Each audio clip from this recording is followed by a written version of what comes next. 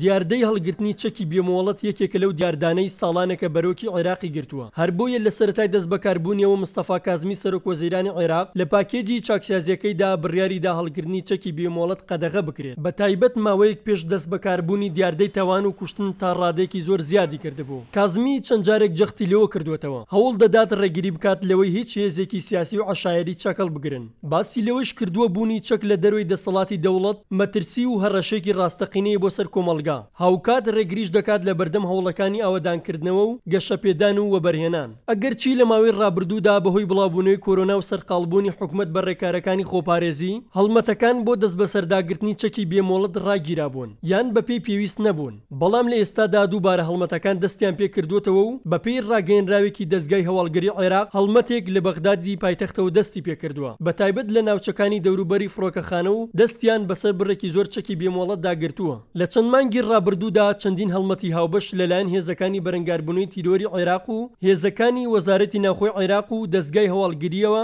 بۆ وەرگرتنەوەی ئەو چەکانی لە دەروی دەسەڵاتی دەوڵەتدان ئەنجام دران. بە تایبەت لە بەغداد و بەسرە و میسان و زیقار. هەڵمەتەکانیش زیاتر لەو ناوچانە بەڕێوە چوون کە ململانی عەشاریان تێدایە و بە پشتبەستن بە هەندێک لە گروپە چەکدارەکان و لە دەروی دەسەڵاتی دەوڵەت پێکدادان لە نێوانیاندا هەبووە. ئەوەش لە کاتێکدایە هەندێک جار گروپە میلیشاکانی عێراق هەرچەندە چوونەتە چوارچەوی سوپاوە بەڵام زۆر جار وەک هێزێکی سربەخۆ کار دەکەن و چەندین خروقاتیان ئەنجام داوە.